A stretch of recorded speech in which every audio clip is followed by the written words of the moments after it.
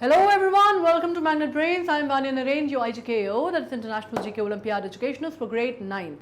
As you people can see over here, आज हम बात करने वाले हैं ग्रीन बॉन्ड्स के ऊपर। एक ऐसा टॉपिक जो मैंने आपसे प्रॉमिस किया था कि हम करेंगे शॉर्टी नोट सीरीज में। इसके ऊपर हमने करंट अफेयर्स पे डिस्कशन किया था एंड बहुत ही अपकमिंग टॉपिक है, बहुत ही इको फ्रेंडली टॉपिक है और बहुत सारा ऐसा टॉपिक है जिसके ऊपर बहुत सारी बातें पूरी दुनिया भर में हो रही हैं। हमारी वित्त मंत्री ने इसके बारे में चर्चा की है, रिजर्व बैंक इसको प्रमोट कर रहा है, बहुत सारी चीज़ें हो रही हैं। बॉन्ड से आप मतलब समझ गए होंगे। बहुत ज़्यादा अपना टाइम वेस्ट नहीं करेंगे हम और सीधे आएंगे इस टॉपिक पे। इकोनॉमी से रिलेटेड टॉपिक है, ठीक है, लेकिन एनवायरनमेंट से रिलेटेड टॉपिक भी है, तो आपके दोनों ही पहलू जो हैं एक तरह से इसमें कंप्लीट हो जाएंगे, है ना। तो आप आईजीकेओ के लिए भी ठीक है, करंट अफेयर्स के लिए भी ठीक है, एनवायरनमेंट भी आप कवर कर रहे हैं और इकोनॉमिक्स भी आप कवर कर रहे हैं, जो कि बहुत इंपॉर्टेंट, जैसे चारों ही चीज़ें जो हैं आईजीकेओ एग्जाम के हिसाब से बहुत इंपॉर्टेंट है ना। तो मैग्नेट ब्रेन्स पे जैसे आपको पता है कि हम कोई आपसे चार्ज नहीं लेते, कोई आपसे कोई सब्सक्रिप्शन फीस नहीं मांगते, कोई पैकेज नहीं लेने को बोलते, और इसका रीज़न सिर्फ ये है कि हम जानते हैं कि एजुकेशन जो है that is so important that everybody should get the benefit of it, है ना। मतलब बेसिक जैसे फंडामेंटल राइट होती है ना, मतलब हमारे हिसाब से एजुकेशन भी एक फंडामेंटल राइट है। मतलब राइट टू लर्न जो है वो राइट टू लिटरेसी जो है एक राइट है, और इसी तरह से हम इस पर काम करते हैं।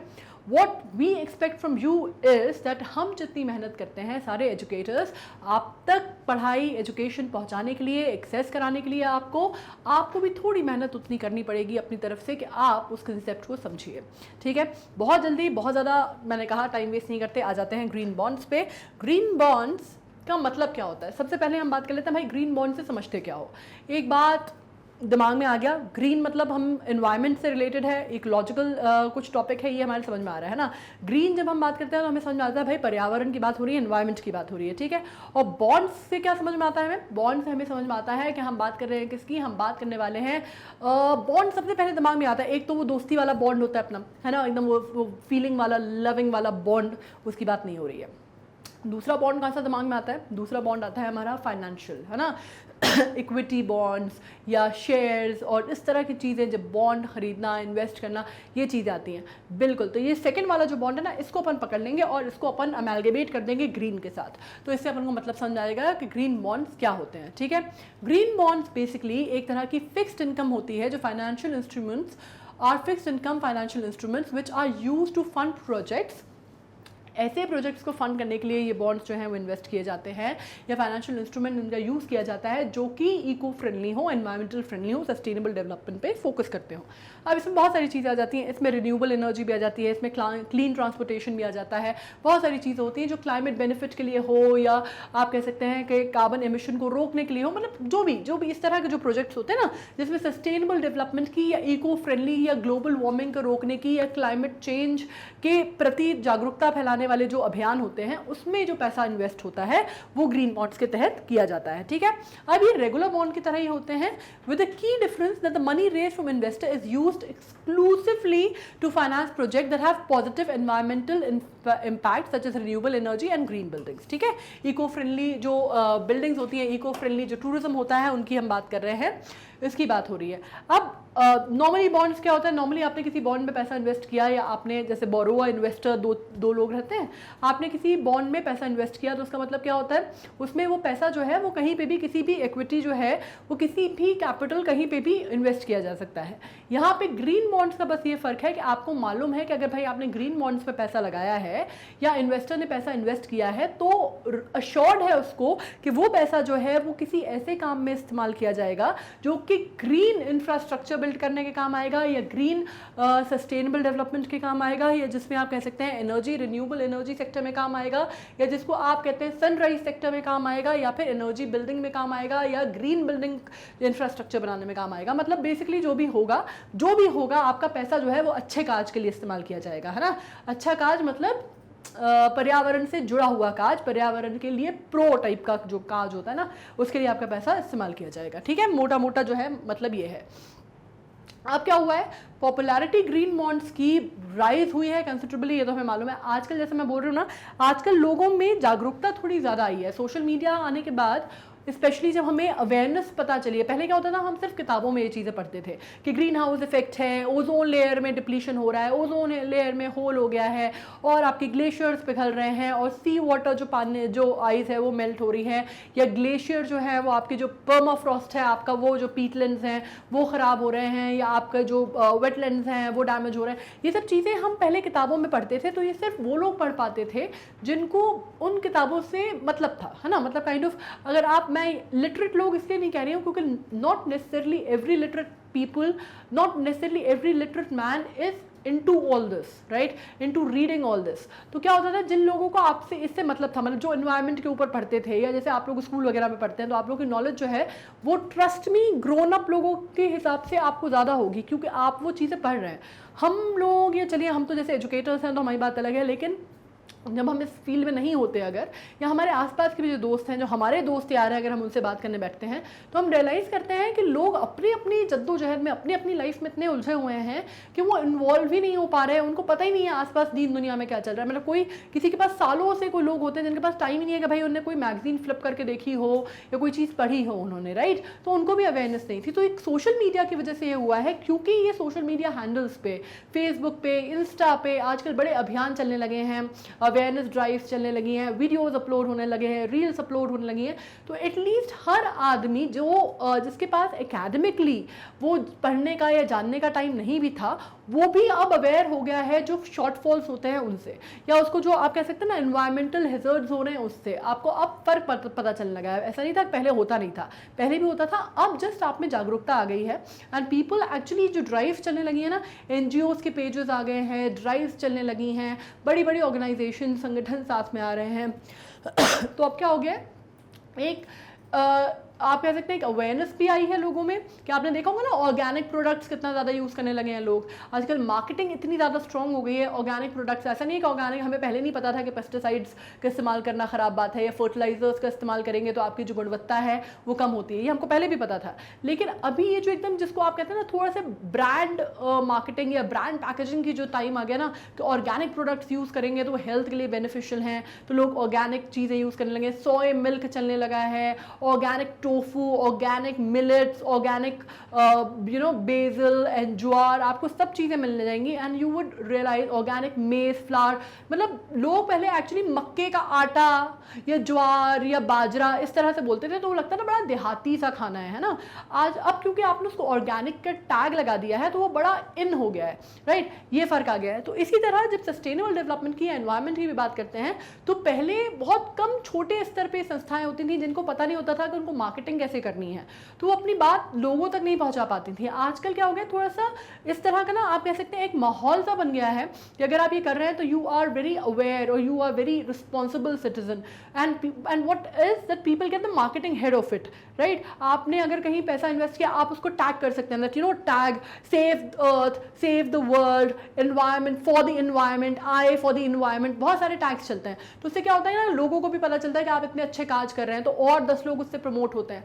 सो ये चीज़ जो है, ग्रीन बॉन्ड्स ने भी इसको पॉपुलैरिटी जो है बहुत ज़्यादा अभी कुछ सालों में अर्न की है।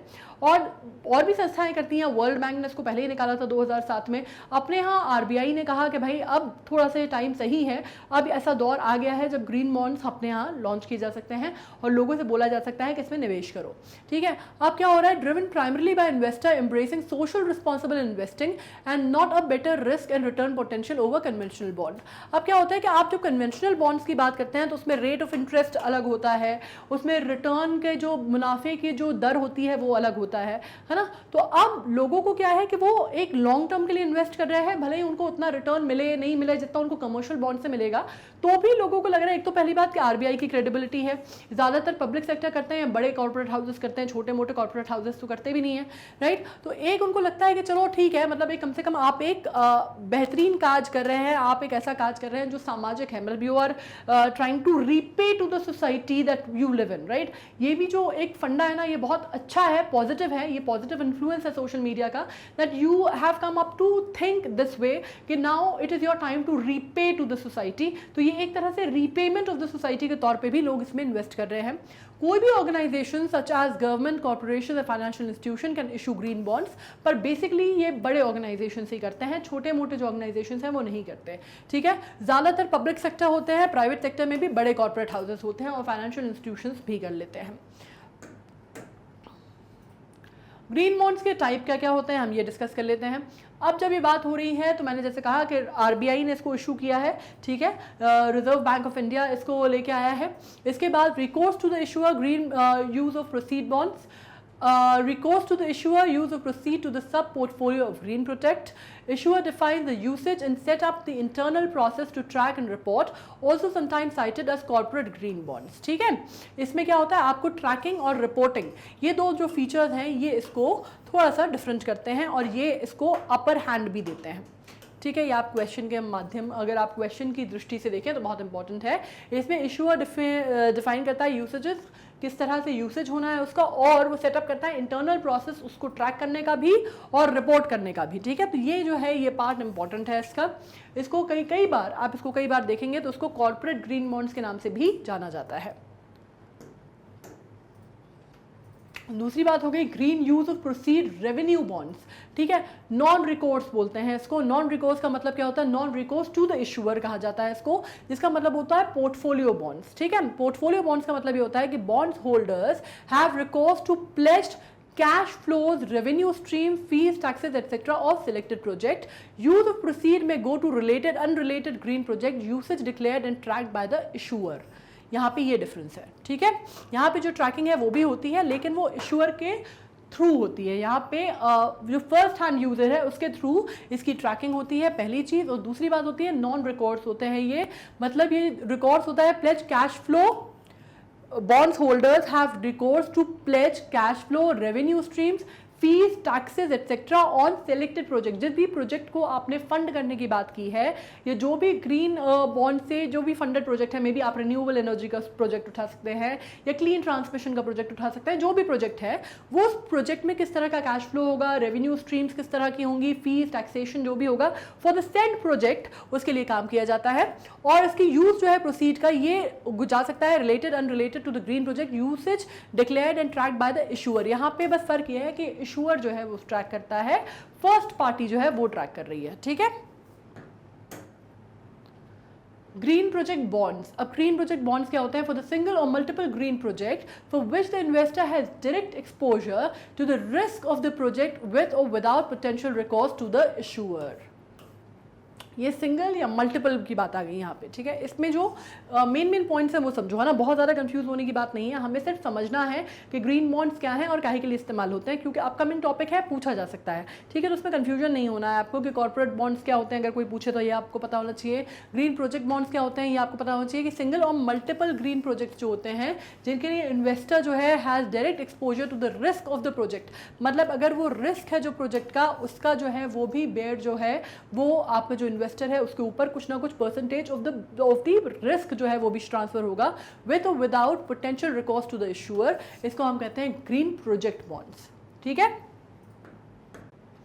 अब हम आ जाते हैं ग्रीन सिक्योरिटाइज्ड बॉन्ड्स के ऊपर। लेकिन सिक्योरिटाइज्ड बॉन्ड से पहले हाँ, आपको मैं एक और बात बता दूं, आपको आई एम श्योर आपको रिकॉर्ड्स नॉन रिकॉर्ड्स का मतलब पता है, राइट। रिकॉर्ड्स का मतलब होता है जिसमें आपको सिक्योरिटी रहती है ना, मतलब जो मतलब पता है क्या इसका मतलब, एक सिक्योरिटी इन द सेंस कि लेंडर अगर चाहे, मतलब लेंडर नहीं सॉरी, जो इन्वेस्टर है अगर वो चाहे तो लीगल एक्शन ले सकता है या लीगल ऑब्लिगेशन में सामने वाली पार्टी को जो है वो क्वेश्चन कर सकता है, कोलैटरल उसको आप ये कह सकते हैं कि उसको सवाल किया जा सकता है, लीगल एक्शन उठाया जा सकता है अगर वो डेट ऑब्लिगेशन पूरा नहीं कर पाता तो। ठीक है, ये होता है रिकॉर्ड्स। और नॉन रिकॉर्ड्स जो हमने रिस्क वाला पढ़ा था फैक्टर, उसमें नॉन रिकॉर्ड्स बिल्कुल उल्टा, कि मतलब उसमें किसी भी तरह का आपको लीगल बाइंडिंग नहीं है। ठीक है, मोटे मोटे तौर पे इतना समझ लिया। अब इस पर अपन आ जाते हैं आगे।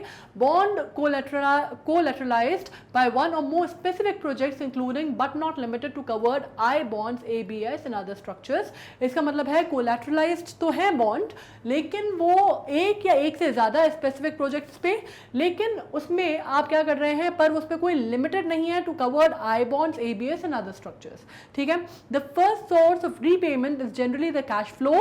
कैश फ्लो जो होता है उसको आप क्या कहते हैं, एग्रीगेट जो टोटल कैश फ्लो होता है उसको आप कहते हैं of the equivalent to the assets जो होते हैं ना ऑफ द प्रोजेक्ट, उससे रिलेटेड उससे रेशियो में होता है। ठीक है, the first source of repayment is generally the cash flow of the assets.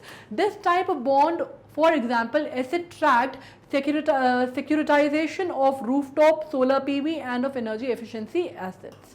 ठीक है, ये समझ में आ गया कि किस चीज़ के लिए यूज़ किए जा सकते हैं इस तरह के बॉन्ड्स। ज़्यादातर जो है वो किस में किए जाते हैं, सोलर VP के लिए किए जाते हैं, PV के लिए किए जाते हैं, सॉरी VP कह रही हूँ मैं, PV के लिए किए जाते हैं, और एनर्जी एफिशिएंसी एसेट्स के लिए किए जाते हैं। मतलब आप एक तरह से इनको रिन्यूएबल एनर्जी जो सोर्सेज हैं उनके लिए किए जाते हैं। ठीक है, ये सनराइज जो सेक्टर है उसमें भी किए जाते हैं वाले bonds. Advantage of green bonds, अब एडवांटेज क्या होते हैं ग्रीन बॉन्ड्स के, मतलब जैसा मैंने कहा कि एक तो लोगों में काफ़ी सारी जागरूकता आई है। ठीक है, तो लोग उसमें काफ़ी सारा इन्वेस्टमेंट करने लगे हैं। अब इन्वेस्टमेंट करने लगे हैं तो उससे फ़ायदा क्या क्या है, बहुत सारी चीज़ें, किसी भी चीज़ के फ्लिप साइड्स होते हैं ना, प्रोज होते हैं, कॉन्स होते हैं। फ़ायदा जो है सबसे पहला तो ये है कि क्लीन एनर्जी को प्रमोट कर रहा है वो। ठीक है, ग्रीन बॉन्ड जो है वो क्या कर रहे हैं, एनर्जी ट्रांसिशन पे काम कर रहा है। उसके अलावा clean energy at the heart of the India's economic growth, वो ये कर रहा है कि भाई इंडिया की जो इकोनॉमिक ग्रोथ है, आपको मालूम है कि जब हम अपने डेवलपमेंट की बात करते हैं, इकोनॉमी की बात करते हैं, हम अपने सस्टेनेबल डेवलपमेंट की बात करते हैं, या हम अपने GDP को, या हम अपने आप कह सकते हैं इन्फ्लेशन को कंट्रोल करने की बात करते हैं, या फिस्कल डिफिसिट की बात करते हैं, या फॉरेक्स की बात करते हैं, तो बहुत इंपॉर्टेंट हो जाती है कि बहुत सारी चीज़ें जो है इकोनॉमिक गतिविधियां जो है उसका सेंटर पार्ट रहती है। ठीक है, बॉन्ड्स के थ्रू बहुत ज़्यादा पैसा जो है वो कैश फ्लो होता है, और बहुत ज़्यादा पैसा जो है वो बिजनेस में रोटेशन में आता है।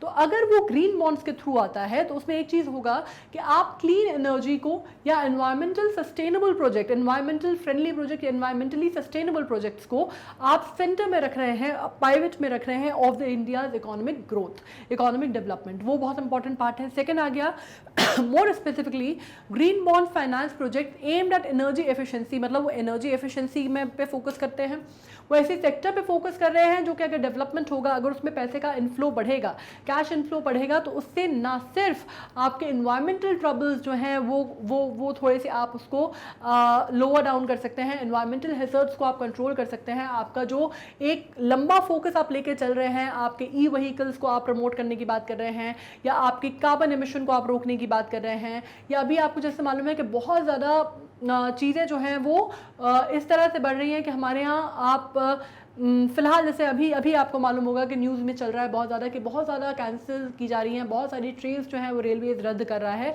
क्योंकि एनर्जी क्राइसिस टाइप की सिचुएशन इंडिया में आ गई है, और कोल मूवमेंट के लिए, जो स्पेसिफिक कोल मूवमेंट के लिए रद्द कर दी जा रही है ना, बहुत सारी ट्रेन्स रद्द कर दी जा रही हैं। अब आप सोचेंगे कि मैम कहाँ से आप इंडियन रेलवे पर चले गए, बात अभी कुछ और हो रही थी। बात ये हो रही है कि जो कोल मूवमेंट है काहे के लिए इस्तेमाल किया जा रहा है, क्योंकि एनर्जी क्राइसिस से निपटना है। अगर आप ये एनर्जी क्राइसिस का जो आपका रिक्वायरमेंट है, आप इसको नॉन रिन्यूएबल से हटाकर रिन्यूएबल पे ले आते हैं, तो आपकी ये जो पूरी ओवरऑल स्ट्रक्चर है, जो पूरा ओवरऑल जो हमारा ढांचा है वो ही सुधर जाएगा, राइट। तो ये बात है, इसलिए रिलेटेड है। मतलब कोई भी सेक्टर जब मैं बोलती हूँ ना, तो एक किसी भी चीज़ को ना न्यूज़ में जब मैं बोलती हूँ कि देखते हो या सुनते हो ना, तो उसको 10 चीज़ें और होती हैं जिसपे वो इफेक्ट होता है, या 10 चीज़ें और होती हैं जिससे वो रिलेटेड होता है। मतलब इंडिपेंडेंटली नहीं होती, बहुत कम चीज़ें होती हैं जो हम इंडिपेंडेंटली करते हैं और समझते हैं। हर चीज़ जो होती है ना, उसके तार कहीं ना कहीं जुड़े होते हैं। अब जैसे आपने समझ लिया ना, कहाँ से ये ग्रीन बॉन्ड से हम कहाँ से रिलेट किया हमने इसको, कोल मूवमेंट चल रहा है जो, ठीक है। अगर वो हमारे पास इतनी हमारी डिपेंडेंस कोल पे नहीं होती अपने एनर्जी सेक्टर को लेके, अगर हम रिन्यूएबल एनर्जी पे ज़्यादा फोकस कर पाते, सोलर पे, थर्मल पे, जो कि थर्मल प्लांट हमारा बहुत बड़ा बन रहा है, आपको मालूम है ऑलरेडी, उसका जो वो है पूरा प्रोजेक्ट जो है वो पारित हो गया है। अगर उस तरह की, या हम उस तरह की चीज़ों पे फोकस कर पाते, तो दो चीज़ें होती, एक तो हमारी एनर्जी रिक्वायरमेंट के लिए हमें परेशान नहीं होना पड़ता, दूसरा हमारी रिन्यूएबल सोर्सेज ऑफ एनर्जी जो हैं, जो non renewable sources of energy हैं वो एग्जॉस्ट नहीं होती, तीसरा हमें इतना एक्सपेंसेस नहीं उठाने पड़ते, चौथा जो नेशनल ट्रांसपोर्टेशन है वो जो है यातायात जो है वो हैम्पर नहीं होता, ठीक है। तो ये रीज़न है। पोल्यूशन प्रिवेंशन होता, ऑब्वियसली अगर आप clean source of energy use कर रहे हैं तो उसका आपका पोल्यूशन जो है वो प्रिवेंट होगा। सस्टेनेबल एग्रीकल्चर होगा, लॉन्ग टर्म एग्रीकल्चर होगा, जो आपकी जो क्रॉप आप यील्ड करेंगे, जो क्वालिटी ऑफ क्रॉप यील्डिंग होगी वो उसमें पेस्टिसाइड्स की या उसमें हानिकारक जो पेस्टिसाइड्स या जो उसको आप कहते हैं बहुत हानिकारक केमिकल्स हैं उनकी मात्रा कम होगी, दर कम होगा, तो ओवरऑल क्लीन एग्रीकल्चर होगा, सस्टेनेबल एग्रीकल्चर होगा। जो ज़मीन की जो मिट्टी की जिसको आप कहते हैं कि यील्डिंग कैपेसिटी है वो बढ़ेगी। उसके अलावा ऑर्गेनिक हेल्थ बेनिफिट्स जो हैं वो लोगों को पहुंचेंगे, आपके सिटीजन्स की तबीयत ठीक रहेगी, उनको बेनिफिट वो यील्ड करेंगे, तो उससे क्या होगा, आपके हेल्थ केयर का खर्चा भी बचेगा, या जो आप मेडिकेयर पे जो खर्चा होता है वो बचेगा। As I said everything is interrelated, so see everything in every context. बोलते हैं ना दिमाग के एकदम चक्षु जो है ना, ज्ञान चक्षु ऐसे खोल के इधर उधर उधर उधर देख के पढ़ा करो, ठीक है। किसी एक चीज में रोक के हमें we don't have to be a horse with the blinkers on, हमें ऐसे ऐसे ना दौड़ना नहीं है, ठीक है। हमें कोई रेस नहीं दौड़नी है, हमें अपने सारे दिमाग के जितने यहाँ से बंद बंद पोर्स है ना सारे खोल देने हैं और फिर हमें पढ़ाई करनी है और हमें सोचना है कि भाई ये एक चीज़ जो है वो कितनी चीज़ों को और इफेक्ट कर रही है हमारे आसपास, ठीक है। उसके अलावा फिशरीज, फॉरेस्ट्री, ऑब्वियसली फॉरेस्ट्री तो जाहिर सी बात है कि जब हम बात कर रहे हैं पर्यावरण की, और forest and fisheries and these are, ये तो ऐसी चीज़ें हैं जो सब everything goes hand in hand. ये हम ऑलरेडी सुन चुके हैं कि भाई फ्लोरा फोना को या हमारे फॉरेस्ट को जो हमारे यहाँ का डेवलपमेंट हुआ है सस्टेनेबल डेवलपमेंट नहीं है क्योंकि वो, और इको फ्रेंडली डेवलपमेंट नहीं हुआ है हमारा, तो कितना ज़्यादा ओवर द ईयर्स नुकसान पहुँचा है मैन मेड एक्टिविटीज़ से, राइट। तो वो रिवर्स करने का काम करेगा। उसके अलावा the protection of aquatic and terrestrial ecosystem, ये इकोसिस्टम्स हमने पढ़े हैं, हर तरह के जो पानी का इकोसिस्टम है वो भी, जो इकोसिस्टम है वो भी, चाहे आप ज़मीन की बात कर लीजिए, चाहे आप डिजर्ट्स की बात कर लीजिए, चाहे आप वेटलैंड्स की बात कर लीजिए, सब जो है धीरे धीरे रिवोक होंगे। और इको फ्रेंडली अगर कोई भी चीज़ आती है तो आपके लिए बहुत बहुत ईगो फ्रेंडली, जैसे मैंने कहा था ना पहले भी ये बात मैं बार बार बोल चुकी हूँ कि ऐसा नहीं होता कि अगर आपने ज़मीन या आपने हवा को साफ़ करने की बात की, आपने एयर पोल्यूशन रोकने की बात की या प्रदूषण रोकने की बात की, तो ऐसा नहीं होगा। हमने ज़मीनों पे तो लकीरें खींच दी हैं, लेकिन हम आसमान में, पानी में, है ना, उस पर लकीरें नहीं खींच पाए। तो ऐसा नहीं होगा कि हमने सिर्फ एयर, अगर पोल्यूशन को हमने कंट्रोल किया तो उसका फ़ायदा सिर्फ अगर एमपी वालों ने किया तो सिर्फ एमपी के ऊपर ऊपर की जो हवा है वो हमने सेव कर ली, या दिल्ली में हुआ तो सिर्फ दिल्ली के जो ऊपर ऊपर की हवा है वो हमने सेव कर ली, या पंजाब में हुआ तो सिर्फ पंजाब के ऊपर का एयर पोल्यूशन में सेव कर लिया। भाई वो अगर वहाँ की एयर पोल्यूटेड है तो बाकी भी आसपास के जो एरियाज़ हैं उन पर इफेक्ट हो रहा है ना। तो अगर आप मिलकर संगठित रूप में काम करेंगे तो आसपास के एरियाज़ जो है वो सब जगह उसका इम्पैक्ट होगा, ठीक है। आप ये नहीं कर सकते। उसी तरह अगर आपने वाटर बॉडीज को सेव किया, अगर आपने नदियों को सेव किया, या अगर आपने पानी को, अगर आप ओशंस को सेव किया, सी को सेव किया, अगर आपने वहाँ का इकोसिस्टम उसको आपने बैलेंस करने की कोशिश की, आपने उसका जो डैमेज है उसको रिवर्स करने की कोशिश की, तो उसका इम्पैक्ट सब पे आएगा, और ना सिर्फ अकेले भारत पे, आसपास के जो देश हैं, आसपास के जो लोग हैं, सब पे उसका इफेक्ट आएगा, right. So when you take a single step towards environmental hazards को वापस लेने में, या एनवायरमेंटल हैज़र्ड्स को न्यूट्रलाइज करने में, या उसको वापस रिवर्स करने में, so you are doing that step, you are taking that step for the mankind, not for yourself alone. You're not doing that for your state, you're not doing that for your country, you're doing that for the mankind, and not even mankind, you're doing for every form of life on earth, right. So एक ये चीज़ आ जाती है। उसके अलावा clean transportation, जैसा मैंने कहा कि अगर आप नॉन रिन्यूएबल रिसोर्सेज को अपने एग्जॉस्ट करना बंद कर देंगे, आपको मालूम है क्रूड ऑयल या पेट्रोलियम या डीजल क्या प्राइसिंग जा रही है, कैन यू इमेजिन, लाइक 118 रुपये पेट्रोल जा रहा है, डीजल कितना महंगा है, क्रूड ऑयल कितना महंगा है, उसके ऊपर एक तो बैरल जो है क्रूड ऑयल बैरल वही महंगे हो गए हैं because of the Russian Ukraine war, जो आपको मालूम है। उसके अलावा आपको मालूम है हमारे यहाँ टैक्सेशन इतने ज़्यादा हैं, आप स्टेट लेवल पे अलग टैक्स हैं, आपके सेंट्रल लेवल पे अलग टैक्स हैं, हर स्टेट में पेट्रोल की प्राइस वेरी करती है, ठीक है। तो ये एक तो आपके लिए हर आदमी की जेब पे बहुत ज़्यादा भारी है ना, सबकी जेबें जो हैं आप कह सकते हैं कि बहुत एकदम से एक्स्ट्रा भार पड़ गया है। जो पहले जो चीज़ हो जाती थी, जैसे अगर आप स्कूटी चलाते हो, राइट, तो आपको मालूम होगा कि भाई आपका फुल टैंक जो है पहले अगर 300-400 रुपये में फुल टैंक हो जाता था तो आज 600-700 रुपए में भी नहीं होता, राइट। तो ये जो पॉकेट मनी तो अपन को इतनी थोड़ा बढ़ाई है घर वालों ने, है ना, मम्मी पापा लोग अपन को पॉकेट मनी तो देते नहीं है इतनी, वो तो उतनी देते हैं जितने पहले देते थे। तो पहले अपन 500 रुपए के पेट्रोल में कितना कितना घूम लेते थे, आजकल अपन बिल्कुल नहीं घूम पाते। हालांकि आप लोग अभी वैसे आप लोग अभी एलिजिबल हुए नहीं होंगे, है ना, आप लोग के पास ड्राइविंग लाइसेंस नहीं होगा, लेकिन मुझे पता है कि मुझे दिखते हैं आपके जितने उम्र के बच्चे गाड़ी वाड़ी चलाते हुए, तो इसलिए मैं बोल रही हूँ। वैसे साइकिल सबसे बढ़िया है काम है, ठीक है, साइकिल आजकल तो बड़े बड़े लोग भी जो है साइकिल पे आ गए। तो क्लीन ट्रांसपोर्टेशन जो है वो आप इससे बढ़ेगा, क्लीन वाटर बढ़ेगा, सस्टेनेबल वाटर मैनेजमेंट होगा। क्यों सस्टेनेबल वाटर मैनेजमेंट होगा? क्योंकि आपका जो वाटर टेबल है आप उसी को, अगर आप उसमें प्रदूषण, जैसे मैंने कहा कि अगर आप पोल्यूशन हर लेवल पे कंट्रोल करने की कोशिश करेंगे, आप ऐसे प्रोजेक्ट्स पे इन्वेस्ट करेंगे, ऐसे प्रोजेक्ट लाएंगे, तो फिर आपका जो उसका फायदा है वो सबको मिलेगा बंधु। वो एक काज आप करेंगे अच्छा तो उसका फायदा 50 लोग और उठाएंगे, ठीक है। और अगर 50 लोग हमारे आपके जैसे करेंगे तो आने वाली पीढ़ियां जो हैं वो हमें थोड़ा अच्छा बोलेंगी, अदरवाइज वो हमें गालियां देंगी, क्योंकि हमने उनके लिए कुछ भी नहीं छोड़ा है, ठीक है। अब बढ़ जाते हैं अपन आगे और अपन बात करते हैं सस्टेनेबिलिटी। बार बार अपन सस्टेनेबिलिटी के ऊपर बहुत सारा चर्चा कर चुके हैं, बहुत सारी बातें बोल चुके हैं। ग्रीन बॉन्ड्स जो हैं वो डेजिग्नेटेड बॉन्ड्स हैं, जिनका मतलब क्या है, उनको इनकरेज करना है सस्टेनेबिलिटी को, और टू सपोर्ट क्लाइमेट रिलेटेड और other types of special environmental projects. They also finance the cultivation of environmental friendly technologies and the mitigation of the climate change. ठीक है, अब इसका मतलब क्या समझे हम? सस्टेनेबिलिटी जो हमने बहुत सारा डिस्कस कर लिया कि भाई सस्टेनेबिलिटी जो है इट्स अ कीवर्ड, है ना, सस्टेनेबल डेवलपमेंट, सस्टेनेबिलिटी, ये हमारा कीवर्ड है। सस्टेन करना मतलब, एक सिंपल से एग्जांपल से बोलती हूँ मैं कि किसी पॉइंट पे रीच करना आसान है, उस पॉइंट पे रहना या सस्टेन करना वहां पे बहुत मुश्किल है। अब मतलब समझ में आ गया ना सस्टेन करने का, ठीक है। अब उसको जोड़ दो फटाफट यहाँ पर, ठीक है। मतलब कोई बहुत हवा बना के अगर पढ़ोगे ना किसी चीज़ को तो बड़ा डिफिकल्ट लगेगा कि पता नहीं क्या क्या बातें करते हैं ये लोग, फॉरेक्स क्या होता है, इन्फ्लेशन क्या होता है, सस्टेनेबिलिटी क्या होती है, कोई ऐसा हुआ नहीं होता है, सीधी सीधी सी बातें होती है, ठीक है। डेट जो होता है उसको कर्जा बोलते हैं, फॉरेक्स जो होता है वो फॉरेन एक्सचेंज होता है, और क्या बोला मैंने, सस्टेनेबिलिटी हमने समझ ही लिया, ठीक है। आ जाओ इस पे। सस्टेनेबिलिटी जो है ग्रीन बॉन्ड्स में are designated bonds intended to encourage sustainability. पहली बात, ग्रीन बॉन्ड्स क्या है भाई, ये ऐसे बॉन्ड्स हैं जो कि कमर्शियल बॉन्ड्स नहीं है, ठीक है। कमर्शियल बॉन्ड्स किस लिए होते हैं कि आपको मुनाफा कमाना है, वो उसका फोकस है।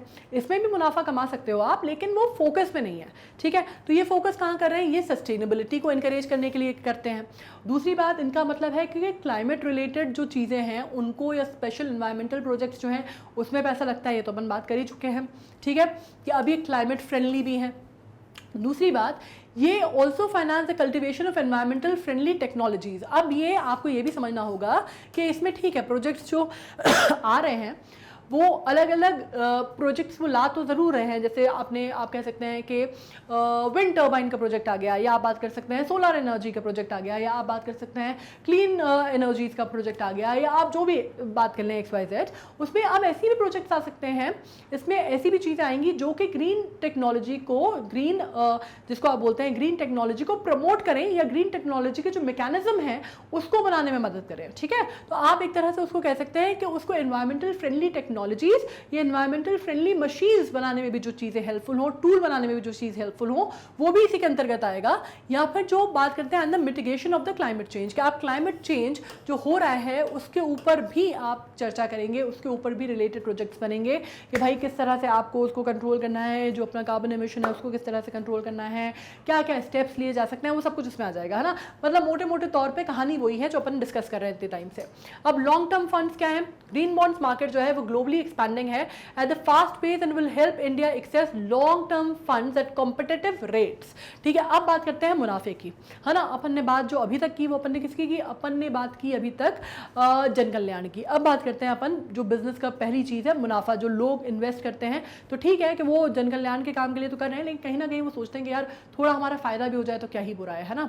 तो अब बात कर लेते हैं लॉन्ग टर्म फंड्स है पहली बात। ग्रीन बॉन्ड्स मार्केट जो है वो ग्लोबली एक्सपैंड कर रहा है, ये मैंने आपसे कहा ही 2007 में, मतलब वर्ल्ड बैंक ने इसको कर लिया था, यूरोपियन जो मार्केट है वहां पे भी आ गया था ये, ठीक है। अब फास्ट पेस है and will help India access long term funds, इससे इंडिया को लॉन्ग टर्म फंड्स जो है वो एक्सेस होंगे और कॉम्पिटिटिव रेट्स मिलेंगे, ठीक है।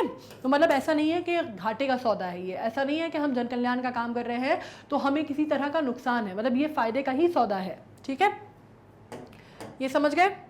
अब हम बात करते हैं बेनिफिट ऑफ इशूअर्स, मतलब बेनिफिट जो इशूअर्स को क्या बेनिफिट है इसके ऊपर डिस्कशन करते हैं। Highlight the green assets and business, सबसे बड़ी बात है कि भाई हम अपने ग्रीन जो बिजनेस है हमारा, जो इको फ्रेंडली बिजनेस है हमारा, उसको हम हाईलाइट कर सकते हैं, उसको हम प्रमोट कर सकते हैं, उसके बारे में हम बहुत सारी जो चीज़ें हैं, एक कह सकते हैं हम प्रमोशनल एक्टिविटीज़ चला सकते हैं, उसमें एक पॉजिटिव क्रेडिबिलिटी भी आएगी कि भाई आप बड़ा सस्टेनेबल और ग्रीन एनवायरनमेंट को आप प्रमोट कर रहे हैं और आपने ऐसा बिजनेस मॉडल बनाया है जो कि इको फ्रेंडली है, तो आपको एक तरह से आपके नाम पे गुडविल और क्रेडिबिलिटी फॉर्म होगी, ये एक इशूअर के लिए बेनिफिट है। दूसरा पॉजिटिव मार्केटिंग स्टोरी है, जैसे मैंने कहा everything nowadays come down to marketing, हर चीज़ जो है वो पीआर और मार्केटिंग पे आ गई है ना। पहले जैसे मैंने कहा कि भाई ऐसा तो नहीं था कि हमें पहले नहीं पता था कि पेस्टिसाइड से जो पेस्टिसाइड जलता है अनाज में या सब्जियों में वो नुकसानदायक है, जो फर्टिलाइजर्स का इस्तेमाल होता है वो नुकसानदायक है, या ऑर्गेनिक फूड या ऑर्गेनिक फार्मिंग, ये आपको ये सब चीज़ें प्रमोट की गई हैं, है ना। ये हम सब चीज़ें एक तरह से आप कह सकते हैं इसको दोबारा ब्रांडिंग और मार्केटिंग के तहत उसको प्रमोट किया गया है, ठीक है। होता ये पहले भी था, जब कहा जाता था भाई कि पेस्टिसाइड रहित खाना मिलता है तो हमें उतना समझ में नहीं आता था, ठीक है, हम उसको उतना सीरियसली नहीं लेते थे। फिर जैसे उसको एक नाम जुड़ गया कि भाई ऑर्गेनिक है, तो उसकी तो प्राइसिंग भी बढ़ गई and people are willing to pay that price and people are okay with the fact because they think that is very beneficial to their health, right. तो ये चीज़ें what I am trying to tell you is that everything comes down to marketing, क्योंकि ये चीज़ें marketing करके आपके और हमारे दिमाग में दोबारा रीपैकेज करके बेची गई है। मतलब पुरानी जो चीज़ था, पुराना जो थॉट प्रोसेस था, उसको नया बढ़िया से ऊपर से बढ़िया से लाग लपेट करके आपने बढ़िया से उस पर कवर और रैप करके दोबारा उसको बेच दिया है आइडिया को, ठीक है। नई चीज़ कोई भी नहीं थी। तो ये जो है ना, ये मार्केटिंग आजकल इतना सॉलिड काम है, जब आप सोशल मीडिया की बात कर लें या एडवर्टीजमेंट्स की बात कर लें या पीआर की बात कर लें, तो ये जो स्टोरीज है ना कि भाई this is eco friendly, this is pro nature, this is environmental friendly, ये जो चीज़ है ना ये बहुत इंपॉर्टेंट हो गई हैं और आपको एक बड़ी पॉजिटिव मार्केटिंग स्टोरी देते हैं। मतलब आजकल आप देखें इको टूरिज्म कितना बढ़ गया है, या इको फ्रेंडली हट्स कितने बढ़ गए हैं। मतलब इको फ्रेंडली हट्स क्या, जिसमें वो नॉर्मली किसी और चीज़ का इस्तेमाल नहीं करते, वो केन बम्बू वम्बू के वो बना देते हैं और आपके बैठने का, सिट आउट रहने का और canopies and stuff like that, and that is getting so in these days. पहले अदरवाइज लोग उसमें जाते नहीं थे, people were hankering after luxuries पहले, अब people are returning back to their roots, right. तो एवरीथिंग, ये सब जो चीज़ें हैं ना, जो हम कहते हैं कि लोगों के नज़रिए में या लोगों के एटीट्यूड्स में जो बदलाव आया है, ये बहुत सिग्निफिकेंट बदलाव है और ये बहुत धीरे धीरे धीरे धीरे धीरे धीरे आता है और ये ओवर द ईयर्स आता है और ये अपने आप नहीं होता। It is not a singular game player, वो अपने आप उसके पीछे बहुत सारी साइकोलॉजीज, बहुत सारी आपकी इस तरह के मार्केटिंग टेक्निक्स चलती हैं जो आपकी साइकी को इफ़ेक्ट करती हैं। आपको पता चले या ना चले, कॉन्शियसली सबकॉन्शियसली आप you buy those tactics, right. तो एक बहुत पॉजिटिव मार्केटिंग स्टोरी मिलेगी। डाइवर्सिफाई द इन्वेस्टर बेस, सबसे बड़ी बात आपका इन्वेस्टर जो बेस है ना, जो आपका बेस है, जो आपका डेटा बेस है, जो आपका बेस है, जो लोग आप में इन्वेस्ट कर रहे हैं। What do you mean by data base? Data base मतलब वो लोग जो अलग अलग आपका स्पेक्ट्रम है, जो लोग आपके उसमें बॉन्ड्स में, शेयर में इन्वेस्ट कर रहे हैं, वो अलग अलग तरह का, वो थोड़ा सा डाइवर्सिफाई होगा, वेरी होगा, ठीक है। उसके अलावा हम बात करते हैं टैक्स इंसेंटिव की, ये बहुत बेनिफिट है। ग्रीन बॉन्ड्स में come with tax incentive such as tax exemption and tax credit, making them more attractive investment compared to the taxable bonds.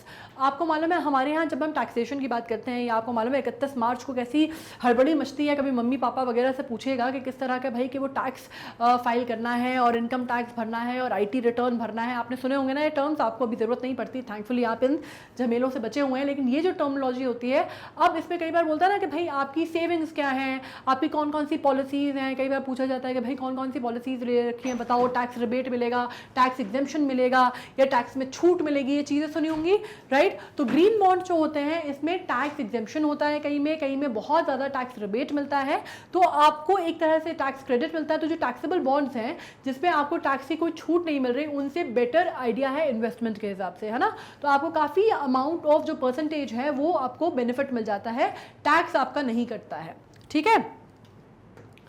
उसके untapped potential. India has the second largest bond market among emerging markets after China.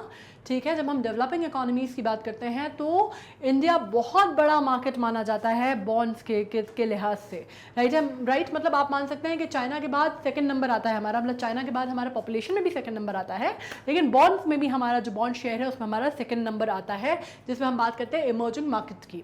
ठीक है, however India's green bond market is रफली less than 10th the size of China, मतलब इसमें से आपको मालूम है 0.7 मात्र 0.7% जो हमारे यहाँ बॉन्ड्स इशू होते हैं उसमें से मात्र 0.7% जो है वो हमारा ग्रीन बॉन्ड्स का शेयर है, जो कि चाइना में जो अभी यूज़ होता है उसका मात्र कितना परसेंट हुआ, उसका मात्र हुआ 1/10 साइज है, मतलब चाइना में इससे बहुत बड़ा जो शेयर है वो ग्रीन बॉन्ड्स का है। ठीक है, which points to country's untapped potential. इसका मतलब ये होता है कि अभी इंडिया में अगर आप बात करते हैं कि जब बॉन्ड्स इतने ज़्यादा हमारे यहाँ सक्रिय हैं कि चाइना से सेकंड नंबर पे आते हैं और हमारे ग्रीन बॉन्ड जो है वो 1/10 पे आता है, तो ऑब्वियसली बहुत सारा पोटेंशियल और बहुत सारा मार्केट अभी ऐसा है जिसको हमने एक्सप्लोर नहीं किया है, या जहाँ पे हमारा पोटेंशियल जो है वो हमने पूरी तरह से रियलाइज नहीं किया है, अनटैप्ड पोटेंशियल है। ठीक है, तो इस पर हमें फोकस करना है, ये एक प्रॉब्लम है। इसके अलावा ग्रीन बॉन्ड्स के माइलस्टोन क्या है ये हम रफली जल्दी जल्दी पढ़ेंगे, इसमें हमें बहुत ज़्यादा डिटेल में नहीं जाना, सिर्फ इसके जो पॉइंट्स हैं हमें वो समझने हैं। सबसे पहला तो जैसे मैंने बोला 2007 वर्ल्ड बैंक और यूरोपियन इन्वेस्टमेंट ने बैंक ने इसको स्टार्ट किया था। ठीक है, और ये जो है इसको EIB कहते हैं, ये पहले ग्रीन बॉन्ड्स थे जो कि आए थे मार्केट में, और इनकी USD कितनी थी, वर्थ कितनी थी इनकी 807.2 मिलियंस के थे। ठीक है, उसके बाद 2014 में पहले सर्टिफाइड क्लाइमेट बॉन्ड्स आए थे जो कि बिलेक्ट्रिकल सोलार UK ने स्टार्ट किए थे। ठीक है, ये क्वेश्चन के लिहाज से बहुत इंपॉर्टेंट है इसलिए मैंने मार्क किए हैं, आप इसको क्वेश्चन के हिसाब से आप समझिए, इसमें बहुत डिटेलिंग में नहीं जाना है हमें, सिर्फ क्वेश्चन ये इंपॉर्टेंट बन सकते हैं कि पहले जो है सर्टिफाइड क्लाइमेट बॉन्ड्स कब आए थे, या पहला एवर ग्रीन बॉन्ड कब आया था, तो आपको मालूम होना चाहिए यूरोपियन इन्वेस्टमेंट ने स्टार्ट किया था एंड वर्ल्ड बैंक था इसमें। ठीक है, उसने स्टार्ट किया था, ये बिलेक्ट्रिक सोलार ने किया था UK में, जो कि पहले क्लाइमेट बॉन्ड थे, और इसमें अंतराल बहुत लंबा है ना, 2007 और 2014, याद करने में आसानी होगी, 7 × 2 14। ठीक है, तो ईजी रहेगा याद करने में। उसके बाद हम बात कर लेते हैं 2015 की। 2015 में येस बैंक ने इशू किया था इंडिया का पहला green bond as part of a programme to finance 5 gigawatts worth of renewable energy project by 2019। तो हमारे यहाँ इंडिया में ग्रीन बॉन्ड्स की शुरुआत कहाँ से हुई, जो सबसे पहला जो कॉर्पोरेट हाउस था, ये फाइनेंशियल इंस्टीट्यूशन था, वो कौन सा था जिसने शुरुआत की, वो था येस बैंक। ठीक है, येस बैंक ने स्टार्ट की थी। उसके अलावा आप ये बात कर सकते हैं पहले जो सॉवरेन बॉन्ड्स थे वो कहाँ पे आए, ग्रीन सॉवरेन बॉन्ड्स, या ग्रीन सॉवरेन इशुएंस कहाँ पे आया, किस कंट्री ने दिया, पोलैंड ने। ठीक है, तो ये आपकी दृष्टि से किसके क्वेश्चंस की दृष्टि से बहुत इंपॉर्टेंट क्वेश्चंस हैं, तो इनको आप याद रखिएगा, इन पे क्वेश्चंस आ सकते हैं। Alright, now let's get to another one. 2020 में जब हम बात करते हैं तो ग्रीन बॉन्ड का मार्केट जो है वो कितना बढ़ गया, वो $1 ट्रिलियन तक बढ़ गया था। पहले कहाँ से जब शुरुआत हुई थी, कुछ मिलियन से, है ना, 800 मिलियन से $1 ट्रिलियन तक बढ़ना, मतलब बहुत अच्छी ग्रोथ या बहुत पोटेंशियल ग्रोथ या बहुत बढ़िया ग्रोथ आप कह सकते हैं ना, बहुत अच्छा राइज देखा गया है इसमें।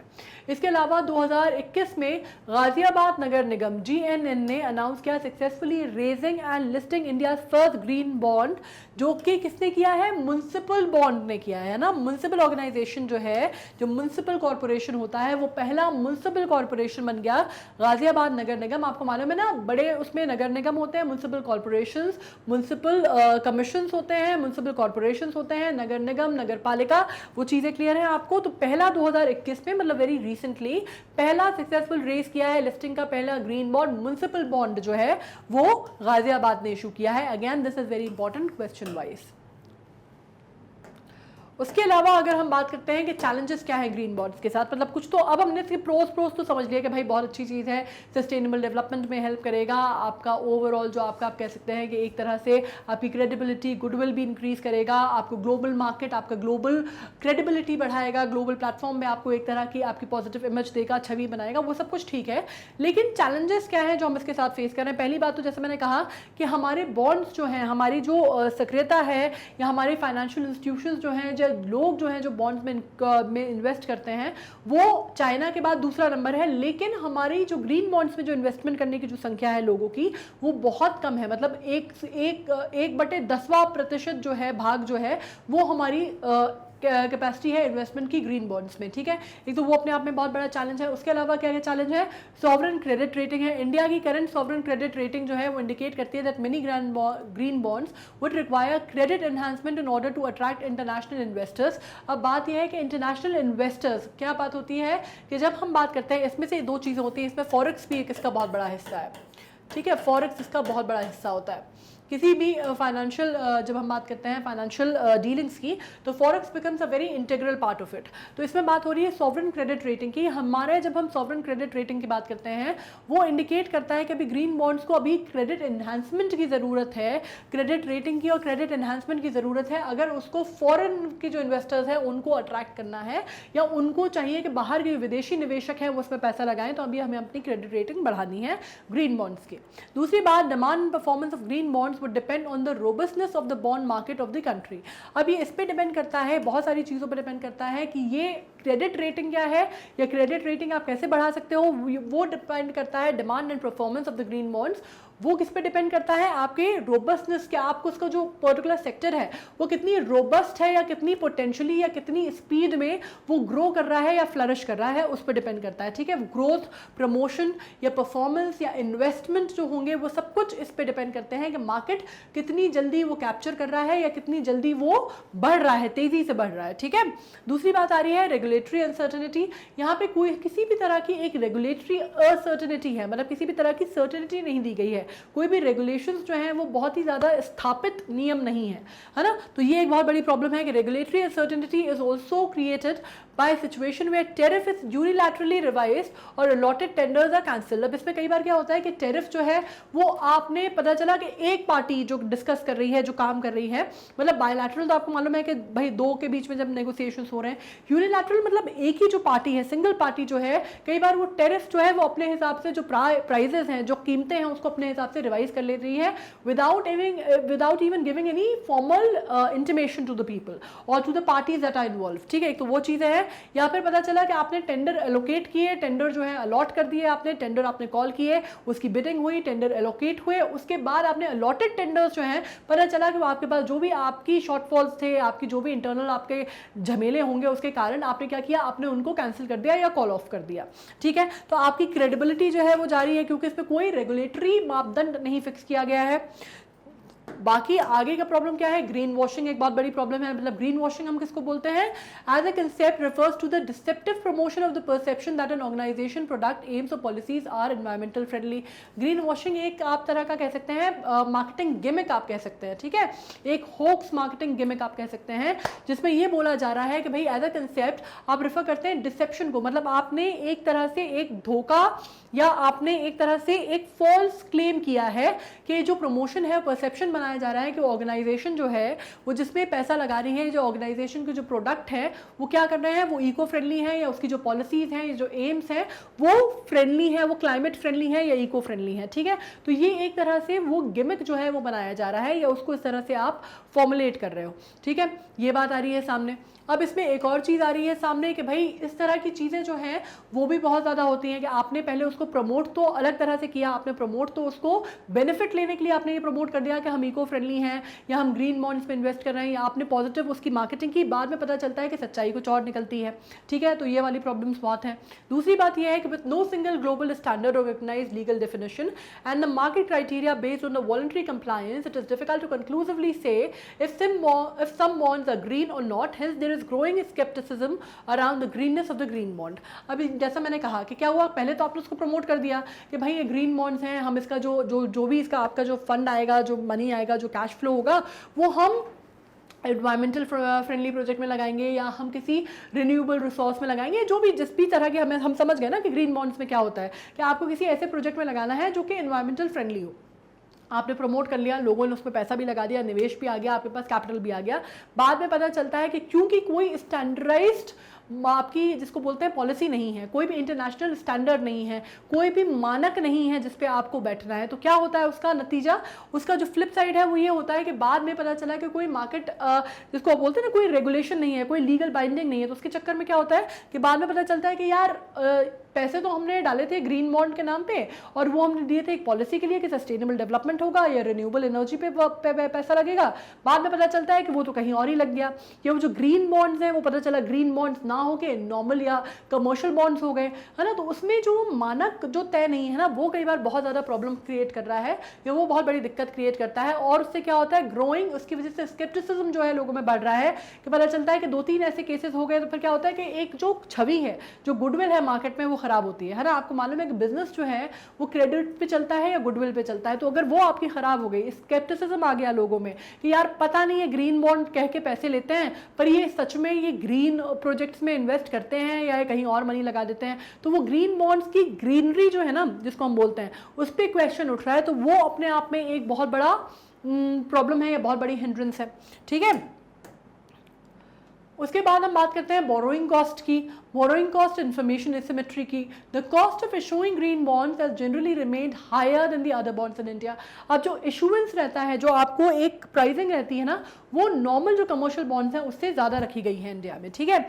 अब while India does monitor green house gas emission through various reporting mechanism including PAT, जिसको हम बोलते हैं परफॉर्म अचीव ट्रेड, या फिर आरपीओ के थ्रू करते हैं, जिसपे हम रिन्यूएबल परचेज ऑब्लिगेशन देखते हैं, ठीक है, उसके थ्रू हम इसको मॉनिटर करते हैं इंडिया में। लेकिन like many other countries it does not have a national measurement reporting and verification platform to tracking climate finance. सब प्रॉब्लम यही है कि मैंने जैसे कहा कि एसिमेट्रिकल बहुत है, मतलब कोई एक मानक नहीं है, कोई एक क्रेडिबिलिटी का स्टैंडर्ड नहीं है, कोई एक ऐसी चीज़ नहीं है जिसपे हम कहें कि यार ये जो है दिस इज द स्टैंडर्ड, और इसके स्टैंडर्ड कोई चीज खरी उतर रही है या नहीं उतर रही है, वो स्टैंडर्ड जो है ना उसकी कमी है हमारे यहाँ। मतलब वो जो ट्रैकिंग सिस्टम है, जिसको आप बोलेंगे कि बहुत ही सक्रिय ट्रैकिंग सिस्टम है कि भाई जो पैसा है वो इसी में लगा है या नहीं लगा है, या लगा है तो कितना प्रोसेस है, या किस तरह का उसका वेरिफिकेशन है, या उसकी किस तरह की रिपोर्टिंग हो रही है, या रंग बाय रंग उसकी रिपोर्टिंग हो रही है या नहीं हो रही, इस तरह का कोई प्रोसेस हमारे पास नहीं है। जबकि हम मॉनिटर करते हैं, लेकिन फिर भी अगर वो इंटरनेशनल स्टैंडर्ड से आप देखते हैं तो हमारी मॉनिटरिंग यूनिट जो है वो उतनी केपेबल या उतनी कॉम्पिटेंट नहीं है,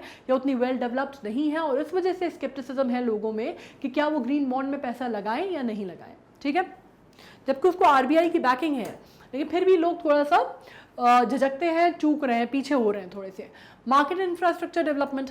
Given the large size of domestic market and much smaller penetration of green instruments so far, there is a requirement of development of market infrastructure. अब ये आपको कहीं ना कहीं जिसको कहते हैं ना सोचने वाली बात है, मतलब इस पर आपको थोड़ा सा अपने आप को ड्रिल करना पड़ेगा, थोड़ा सा आपको, जिसको आप कहते हैं ना कि आपको थोड़ा सा इसको आउट ऑफ द बॉक्स जाके सोचना पड़ेगा, थोड़ा सा इसको आपको ब्रेन स्टॉर्मिंग करने वाली बात है कि भाई जब इंडिया में इतना बड़ा मार्केट शेयर है, जब इतने बॉन्ड्स में पैसा लगता है, जब इतना फ्लो होता है, जब इतना पैसा इकोनॉमी में लगा हुआ है, फ्लो हो रहा है, बॉन्ड्स में लगा हुआ है, शेयर्स में लगा हुआ है, तो ऐसी क्या बात है कि ग्रीन बॉन्ड्स का पेनिट्रेशन इतना कम है, या ग्रीन बॉन्ड्स जो है वो अभी भी अपनी क्रेडिबिलिटी सिद्ध नहीं कर पा रहे हैं, या वो एक तरह से आप कह सकते हैं कि वो एक तरह से सक्सेसफुल नहीं हो पा रहे हैं, वो अभी भी लैक कर रहे हैं, या वो अभी भी स्ट्रगल कर रहे हैं अपनी जगह बनाने में। तो ये जो है ये आपको रिक्वायरमेंट, इसकी ज़रूरत समझ में आती है कि आपको मार्केट इंफ्रास्ट्रक्चर जो है थोड़ा सा उस हिसाब से मोल्ड करना पड़ेगा, थोड़ा सा ग्रीन बॉन्ड फ्रेंडली करना पड़ेगा, थोड़ा सा आपको प्रमोट उस तरह से करना पड़ेगा। एंड सबसे इंपॉर्टेंट चीज़ ये है कि आपको इसको सबसे पहले आपको बैठ के जो लूप होल्स हैं, जो प्रॉब्लम एरियाज हैं, उनको देखना पड़ेगा, उनको एनालिसिस उनका करना पड़ेगा, और उसमें आपको आगे बात करनी होगी, ठीक है। अब बाकी जब जैसे अपन ने बहुत सारा डिस्कशन कर लिया अभी तक, वैसे ये चीज़ आपको क्लियर हो गई होगी, तो हम सिर्फ इसको डिस्कस कर लेते हैं, पढ़ लेते हैं, बाकी अगर कोई कंफ्यूजन वाला पॉइंट होगा तो हम उसको डिस्कस करेंगे, ठीक है। अब ग्रीन बॉन्ड ब्लू बॉन्ड से कैसे डिफर होता है। ब्लू बॉन्ड्स आपको मालूम है ना, मैं अभी आपको ब्लू बॉन्ड्स के ऊपर हमने बहुत सारी बात भी की थी। ब्लू बॉन्ड्स के ऊपर हमने ये भी डिस्कस की थी कि हमने उस पर बात कर रहे थे, हम ब्लू इकोनॉमी पर हमने डिस्कशन किया था, अगर वो याद होगा आपको, तो हमने एक शॉर्टी नोट सीरीज में ब्लू इकोनॉमी पर डिस्कस किया हुआ है, ठीक है। तो अभी अपन समझ लेते हैं कि ग्रीन बॉन्ड्स में और ब्लू बॉन्ड्स में क्या डिफरेंस है। ये बहुत कंफ्यूजन है, हालांकि कंफ्यूजन की बात नहीं है, आपको समझ में आ रहा है। ब्लू की जब बात हो रही है तो आपको मालूम है आप पानी की बात कर रहे हैं, ग्रीन की आप बात कर रहे हैं तो आपको मालूम है एनवायरनमेंट की बात हो रही है ना। ये चीज़ तो क्लियर है। फर्क क्या है हम वो समझते हैं। ब्लू बॉन्ड जो होते हैं बेसिकली वो फाइनेंस प्रोजेक्ट्स होते हैं जो कि किसको केटर कर रहे हैं या किसके लिए बनाए गए हैं, ओशंस के लिए या रिवर्स के लिए, स्पेशली ओशंस के लिए, ठीक है, ओशंस और सीज के लिए और रिलेटेड इकोसिस्टम्स के लिए, पर ज़्यादातर जो है वो ओशंस और सीज पे फोकस करते हैं, ठीक है। इसमें आप बात कर सकते हैं सस्टेनेबल फिशरीज़ की। फिशरीज़ क्योंकि बहुत बड़ा व्यवसाय का भी सेक्टर है हमारे यहाँ, बहुत जो हमारे कई स्टेट हैं जो कि फिशरीज़ पे डिपेंड करते हैं, कई ऐसे सेक्टर्स हैं जो कि एम्प्लॉयमेंट जो है जिनको फिशरीज़ देती है, ठीक है। आपको ये मालूम है कि कोस्टल उससे जो हमारी जो कमाई है वो बहुत बड़ा स्रोत है हमारी कमाई का, कई स्टेट जो हैं वो उस पर डिपेंड करते हैं, ठीक है। तो सस्टेनेबल फिशरीज़ पे डिपेंड करता है। उसके अलावा कोरल रीफ की हम बात करते हैं जिसमें प्रोटेक्शन देने की बात हो रही है कोरल रीफ की, क्योंकि जो ग्लोबलाइजेशन बढ़ रहा है, ग्लोबल वार्मिंग जिस हिसाब से बढ़ रही है, कार्बन एमिशन जिस हिसाब से बढ़ रहा है, उससे ना सिर्फ हवा दूषित हो रही है बल्कि पानी पे भी इफेक्ट हो रहा है, राइट। पूरा इकोसिस्टम डिसबैलेंस हो रहा है। अब उसके कारण क्या हो रहा है, ये जो मात्रा बढ़ती जा रही है ना, जो पोल्यूटेंट्स की मात्रा पानी में बढ़ती जा रही है, तो कोरल रीफ्स जो हैं वो अपनी जो कलर्स हैं, जो उनके खूबसूरत कलर्स हैं, वो जाते जा रहे हैं, वो मरते जा रहे हैं। आपको मालूम है ना, जैसे मैंने कहा था ग्रेट बैरियर रीफ के लिए ऑस्ट्रेलिया की जो गवर्नमेंट है अब बहुत ज़्यादा चेती है और बहुत मतलब वर्ल्ड की जो ऑर्गेनाइजेशंस हैं उन्होंने और ऑस्ट्रेलियन गवर्नमेंट ने हाथ मिलाया है कि हमें अब कोरल रीफ्स को क्या करना है, ग्रेट बैरियर रीफ्स को हमें जिंदा रखना है या हमें उसको रिवाइव करना है। तो उसी तरह कोरल रीफ्स की बात हो रही है, ये फ्रेजाइल इकोसिस्टम के प्रोटेक्शन की बात हो रही है, ठीक है, कि हमें उनको बचाना है। जो स्पंजेस हैं, कोरल रीफ्स हैं, हमें उनको बचाना है। जो हो गया नुकसान वो हो गया, लेकिन हमें उसको रिवर्स करने की कोशिश करनी है और रोकने की कोशिश करनी है। रिड्यूसिंग पोल्यूशन एंड एसिडिफिकेशन, हमें एसिडिफिकेशन और पोल्यूशन रोकना है। हमें इनफैक्ट एसिडिफिकेशन और पोल्यूशन ना सिर्फ ओशंस का या सीज का रोकना है बल्कि हमें अंडरग्राउंड जो वाटर टेबल है उसमें भी रोकना है, ठीक है। जितने ब्लू बॉन्ड्स होते हैं वो ग्रीन बॉन्ड्स ही होते हैं। आपको ये बात समझनी होगी कि जितने ग्रीन बॉन्ड्स होते हैं वो ब्लू बॉन्ड्स हो, ये ज़रूरी नहीं है, ठीक है। ग्रीन बॉन्ड्स अपने आप में बड़ा स्ट्रक्चर है। ग्रीन बॉन्ड्स, सारे ग्रीन बॉन्ड्स ब्लू बॉन्ड्स नहीं होते, लेकिन सारे ब्लू बॉन्ड्स ग्रीन बॉन्ड्स ज़रूर होते हैं, ठीक है। तो ब्लू बॉन्ड्स जो है वो ग्रीन बॉन्ड्स का हिस्सा है, क्योंकि ऑब्वियसली ना ओशंस एनवायरनमेंट का हिस्सा है, क्लियर। तो इसमें कोई कंफ्यूजन नहीं होगा कि आप ओशंस की बात करते हैं, सी फॉर्म्स की बात करते हैं या आप नदी नालों की बात करते हैं, तो वो किसका हिस्सा है, आपके इकोलॉजी का हिस्सा है, आपके एनवायरनमेंट का हिस्सा है। तो उसमें तो कोई भी कहीं पे भी कंफ्यूजन नहीं है कि सारे ब्लू बॉन्ड जो है वो ग्रीन बॉन्ड्स का हिस्सा है, ठीक है। तो मतलब आपको ये समझना है कि ब्लू बॉन्ड जो है वो किसका हिस्सा है, वो ग्रीन बॉन्ड का हिस्सा है, इसके अंदर आता है, ठीक है, कोई कंफ्यूजन नहीं। वेरी गुड, बढ़ते हैं आगे। अब ग्रीन बॉन्ड्स कैसे डिफरेंट हैं फ्रॉम क्लाइमेट बॉन्ड्स। अब एक और बात आ गई कि एक और तरह के बॉन्ड्स होते हैं भाई साहब, क्लाइमेट बॉन्ड्स। अब वो क्लाइमेट बॉन्ड जिनकी हमने बात की ना कि 2007 में जो था वो तो ग्रीन बॉन्ड्स थे, 2014 में हमने बात की थी क्लाइमेट बॉन्ड्स की। अब वो क्लाइमेट बॉन्ड्स क्या होते हैं हम वो समझ लेते हैं।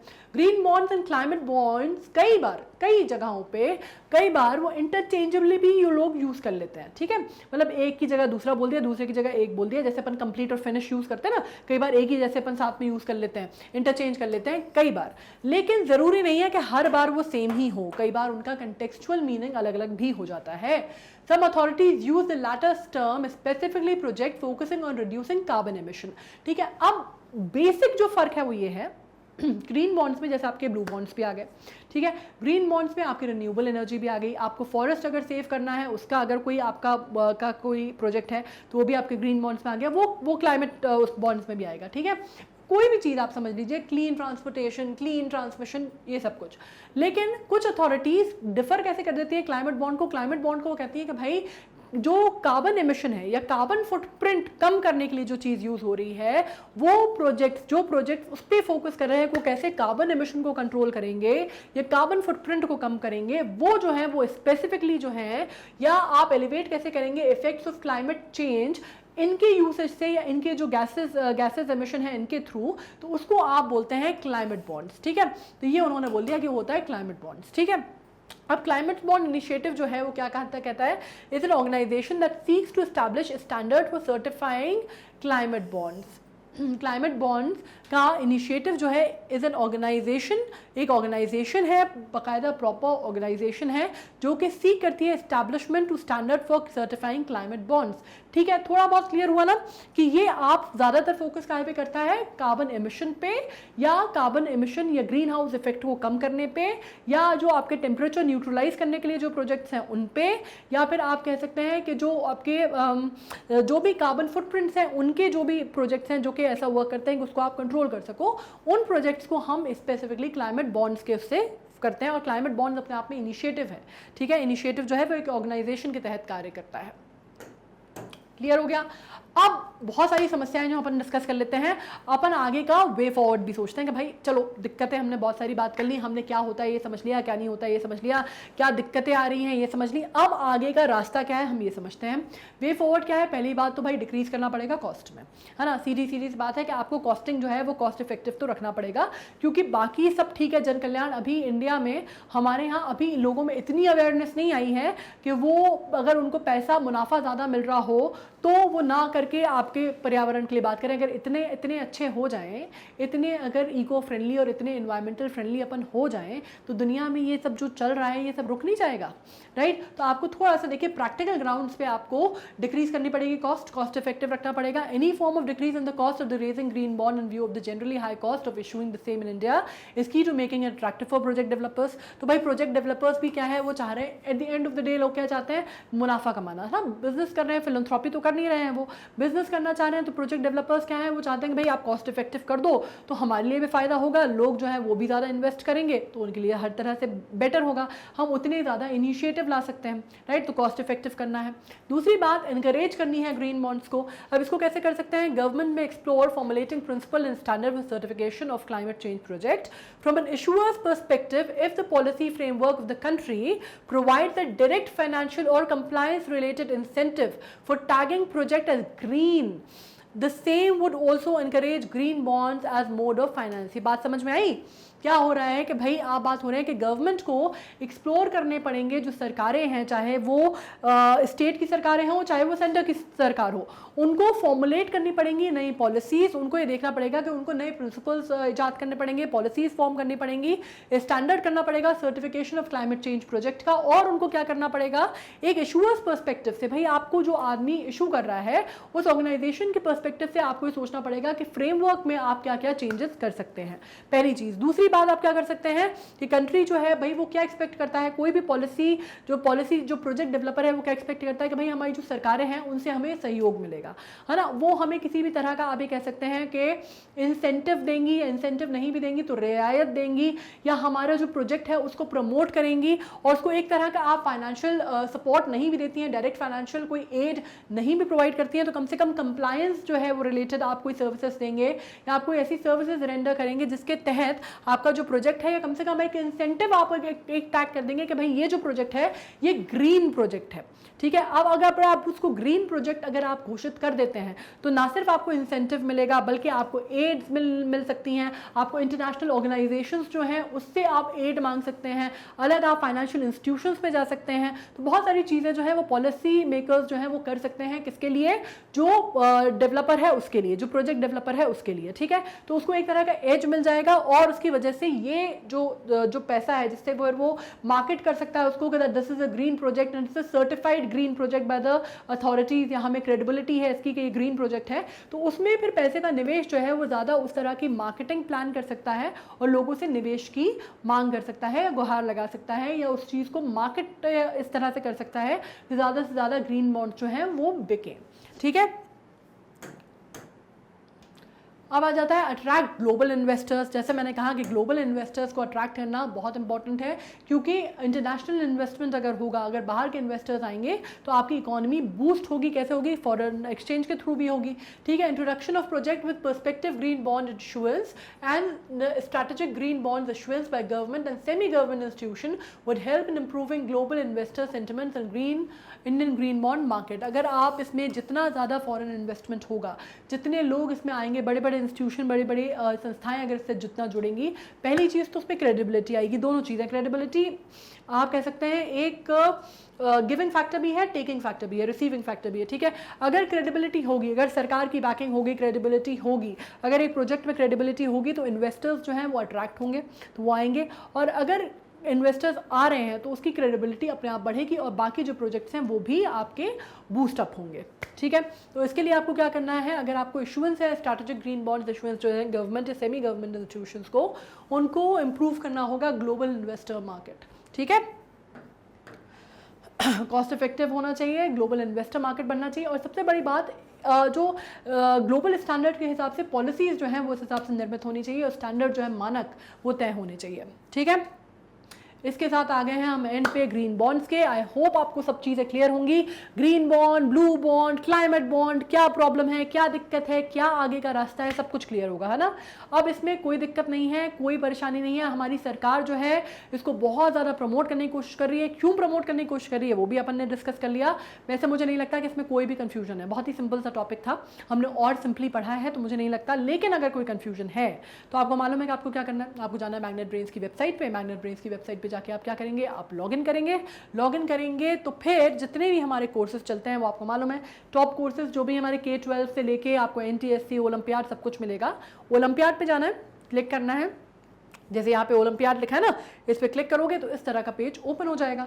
इसमें जितने भी हमारे ओलंपियाड हम ऑफर करते हैं, लाइक कोर्सेज ऑफर करते हैं, इंग्लिश हो गया, मैथ्स हो गया, साइंस हो गया, और यहाँ हो गया अपना GK ओलंपियाड, इसको आप ओपन करेंगे।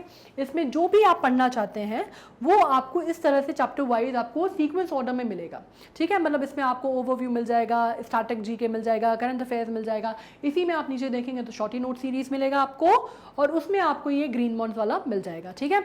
मोर वीडियोज़ का ऑप्शन है, नेक्स्ट वीडियो का ऑप्शन है, मोर वीडियो का ऑप्शन है। मतलब और भी अगर देखना चाहते हो अच्छे बच्चों की तरह, और भी पढ़ना चाहते हो कि भाई और जो है इसके ऊपर और क्या क्या बात हुई है, ग्रीन बॉन्ड, करंट अफेयर्स के वो मैम ने बात की, तो करंट अफेयर्स में हमने कब डिस्कस किया था, अगर आप लोगों का मन हो तो वो भी पढ़ सकते हो, ठीक है। वरना तो कोई बात ही नहीं है, बंद कर सकते हो। और YouTube पे किस तरह से आता है हमारा, किस तरह से हमारा फीचर होता है वो आपको मालूम है ना। मंडे, ट्यूसडे, वेंसडे, हफ्ते के शुरुआती 3 दिन सुबह 10 बजे से लेकर शाम के 7 बजे तक अलग अलग अंतराल पे आता है। 10 बजे आता है आपका, सबसे पहले आता है आपका इंग्लिश का, उसके बाद आता है 1 बजे मैथ्स का, फिर 4 बजे आता है साइंस का, और शाम के 7 बजे आता है अपना GK का। इसका तो आप लोग ऑलरेडी वो कर ही लेते हो ना, मतलब अब तो क्या करते हो, प्रीमियर वगैरह आप लोग सेट कर ही सकते हो, तो वो तो आपको पता ही है। यूट्यूब पे भी सेम स्ट्रैटेजी हमको फॉलो करनी है। मैग्नेट ब्रेन्स के चैनल पे जाओगे, प्लेलिस्ट वगैरह देखोगे, जो भी सब्जेक्ट पढ़ना चाहते हो उसके उस पर प्लेलिस्ट पे जाओगे, आपको सारी डिटेल्स मिल जाएंगी, ठीक है।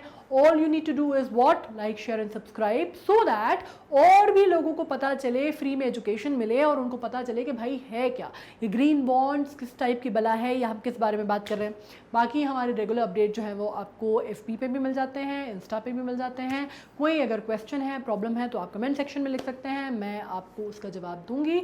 और अपन आगे जो नेक्स्ट पढ़ने वाले हैं उससे पहले मैं एक्सपेक्ट करती हूँ आप लोगों से कि आप लोग ये पार्ट कंप्लीट कर लेंगे, क्योंकि ये ना अभी जब अपन एनवायरनमेंट पढ़ेंगे तो उसके लिए भी हेल्पफुल है, ठीक है। अब जो एनवायरनमेंट वाला अपन पढ़ने वाले हैं ना उसके लिए भी आपको एक बेस जो है बहुत सही तैयार हो जाएगा, ठीक है। So stay there, stay healthy, stay safe, study well, play hard, enjoy yourself, and thank you so much.